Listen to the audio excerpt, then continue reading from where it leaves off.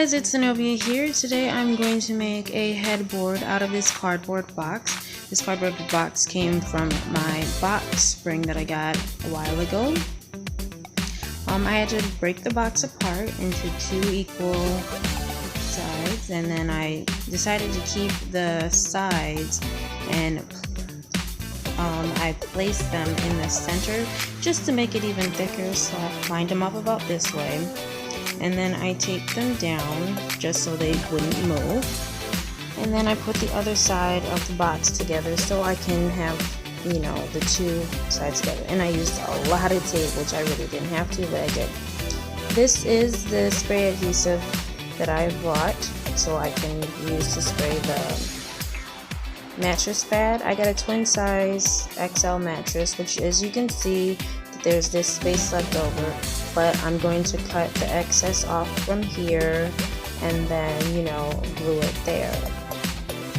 And I already measured it out. You know, it works out perfectly fine. That way I'm not using too much, wasting too much, I should say.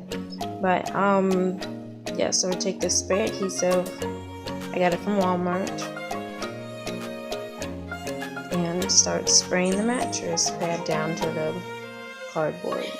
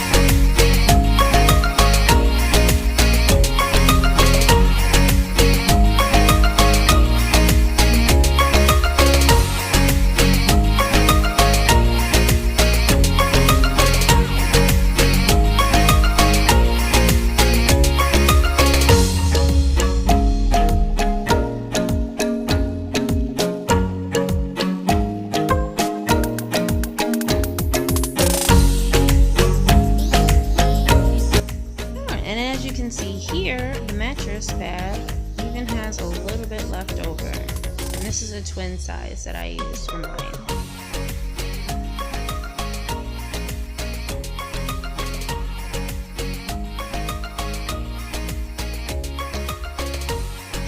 So now with your second mattress pad, you're going to want to do the same thing as you did with the other one. Is put both of the rigid sides, I guess that's called, together, because you want the flat surface on the outside, so it will work better for you when you're trying to tuft it.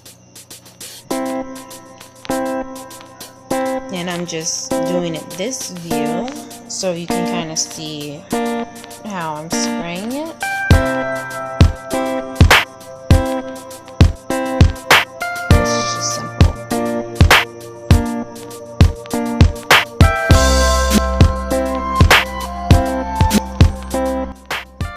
And I already have my pieces cut out, so I can just hurry up and spray them.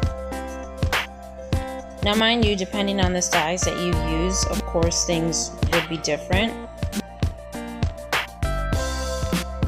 My dimensions were about a 61 and by a 43. So that's why this one worked out perfectly fine for me.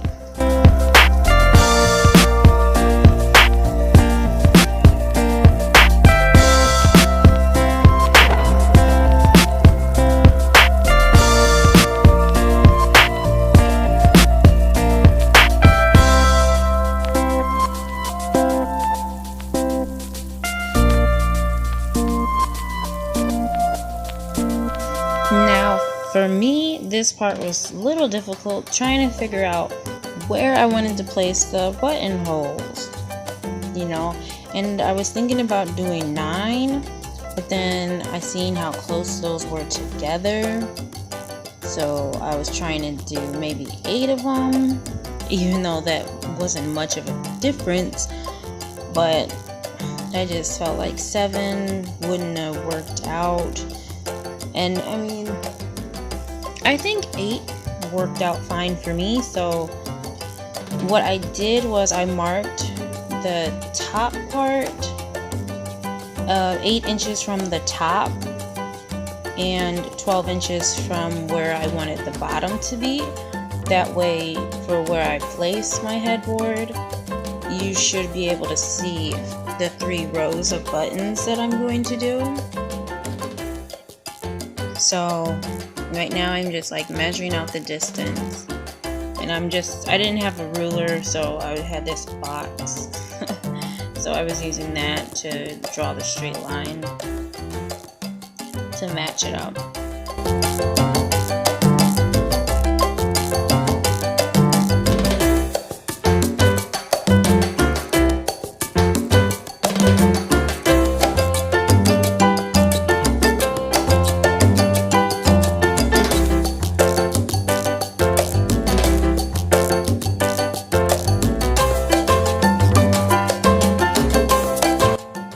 I had changed the measurement so many times from switching from 9 buttons to 8, you know, so that was my struggle right there.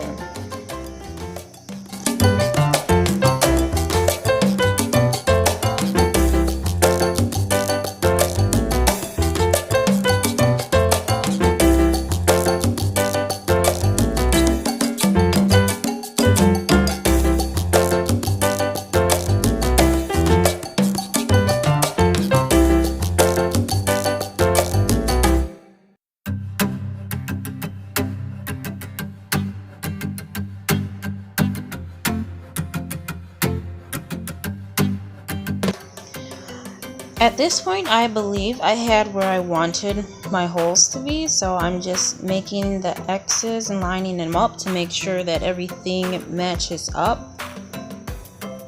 And everything seemed to match up pretty well, so that was excited about that part.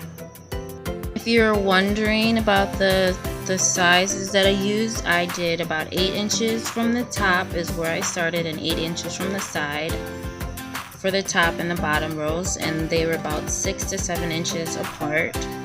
And then for the middle row, it was about 11 inches down from the 11 inches between the first and third row, and the buttons were about 12 inches from the sides, and those as well should have been around 6 to 7 inches apart from each other. So I know you can't really see it on here, but now I am putting the holes in the board so where the buttons are going to go. And I had I don't know what it is, some type of razor blade with a handle, so I was using that, which actually worked out pretty well for me because it was easy for me to, you know, jab and twist. But I also used the scissors to make it even bigger and also to go through further to the other side. So when I go to the other side, it'll be easier for me to also make the holes for that side.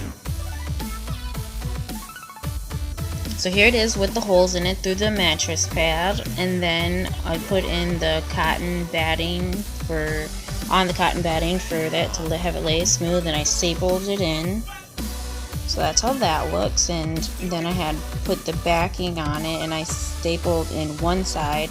Here's a needle and thread that I used so I could get the buttons in. All you do is you just stick it through the back part all the way through to that part and attach the button.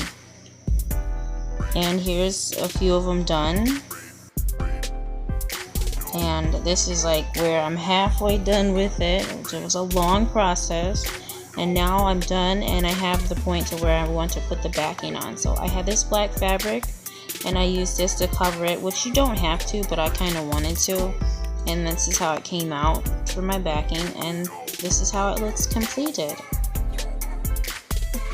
Now I can make it even more tufted because I am a little upset that I didn't get the results that I wanted to, but my hands were cramping at that point, so I'll just probably end up fixing it later on if it really starts to bother me.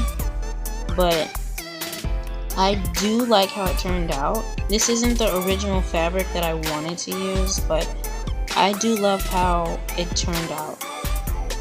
Thank you guys so much for watching. If you enjoyed this video, please give it a like, comment, and subscribe to my channel, and I'll be back soon with another video. Thank you guys. Bye.